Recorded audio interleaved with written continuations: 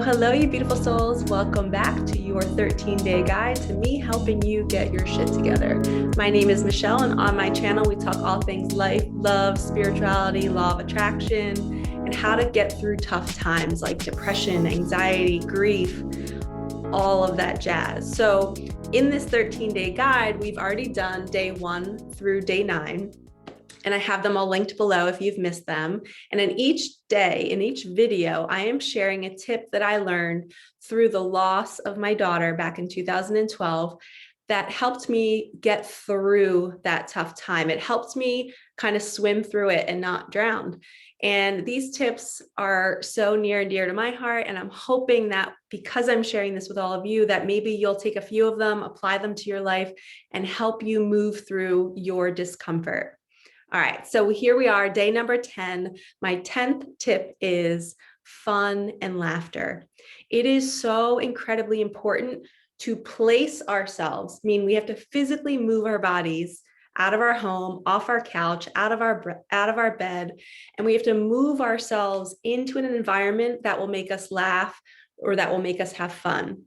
And believe me when I say this, this is really hard to do when you're in your depression or when you're in your grief or your anxiety. You don't want to move. You're paralyzed. You don't want to physically be around people. But sometimes you just have to use one of the methods I taught in another video, the 5-4-3-2-1 method, which is just go. Just get your shoes on. If you have the thought like, oh, maybe I should go see this friend or text this person, that is your higher self planting that seed inside of you saying, go there, do that. Your higher self, the universe, your angels, your guides, they don't want you suffering. You have this spirit family around you that's always guiding you to what you need. And sometimes it comes in a little whisper.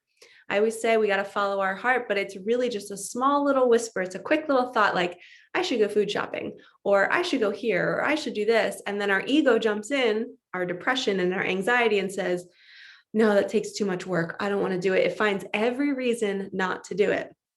And having fun and laughing with people, it sends a surge of energy through our bodies that helps us move the grief and the sadness and the pain out temporarily, right? So it's a constant ebb and flow. We have to keep going back to these sources that make us laugh and make us people that want to have fun with us, and they want to pull our playful inner child out of us when we are in that dark place. One of the things I used to do after my daughter passed away is I have 3 siblings and they all have children.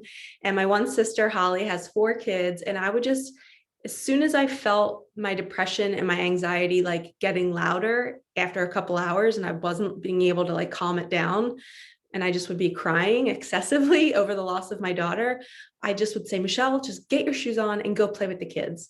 So I would just get my shoes on, get in my Jeep. I wouldn't turn around the whole drive because I just wanted to go back to being sad.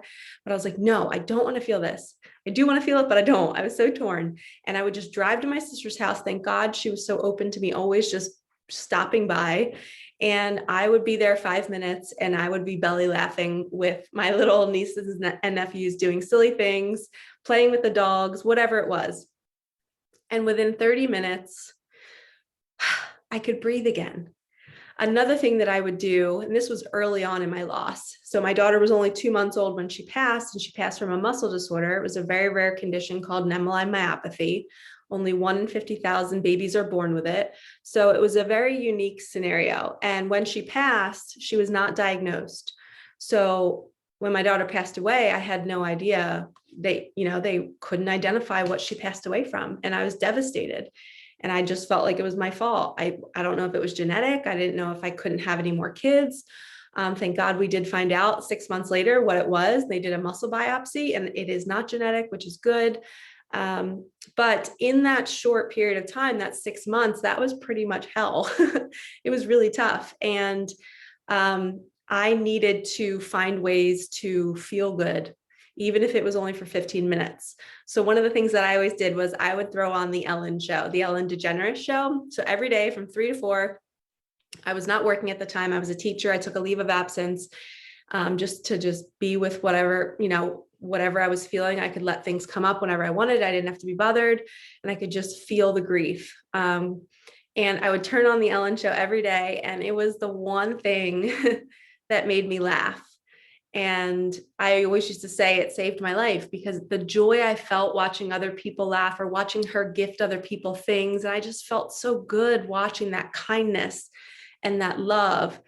And so my two sources of joy and laughter and fun was the Ellen show when I was really early on, post loss, when I really wasn't leaving the house. I would do that to bring myself joy because I just had to get out of my head. And my nieces and my nephews. So those two things helped me. So I'm sharing this tip with you, that find the people that make you laugh, find the things that bring you joy or laughter or make you feel young again, and go and put yourself in an environment to feel that way. I know it's hard, but literally, if you think about it, our bodies are like avatars and our soul is inside of us, right?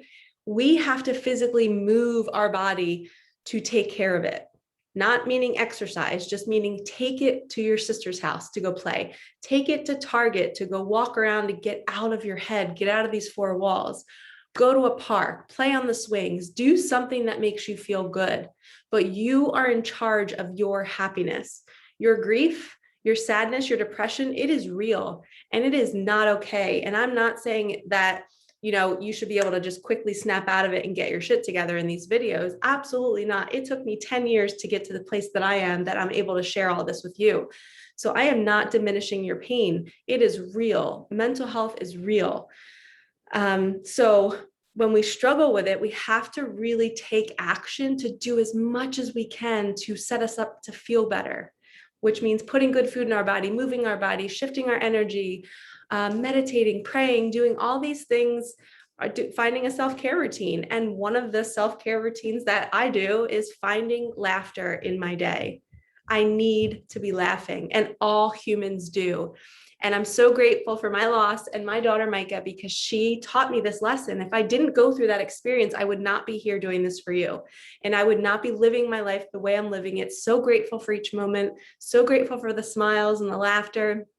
So grateful I learned how to manifest, and it opened me up to my spirituality and my connection to spirit and God and the universe. I am so incredibly happy that I had my daughter and that she transitioned the way she chose to, because way her soul chose to, because look what it did for me. It taught me so much.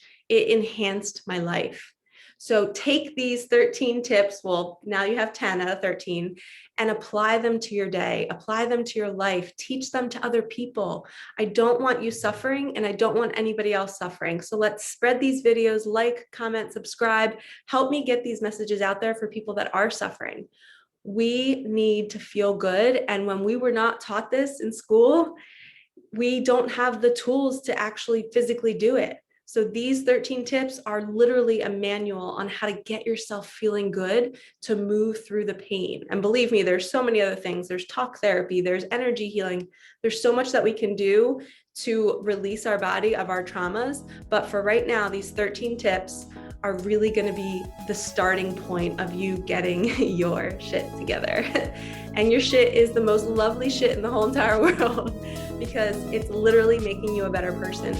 It is forcing you to ask yourself the big questions. What do I want for my life? What does my body need? You're getting to know you, and you're falling in love with you, and you're creating the life of your dreams. So it all starts here. We got to fall off the horse. We have to be in the darkness in order to find our way out. Thank you so much for watching. I will see you in our next video, day number 11. Wishing you all so much love. Peace out.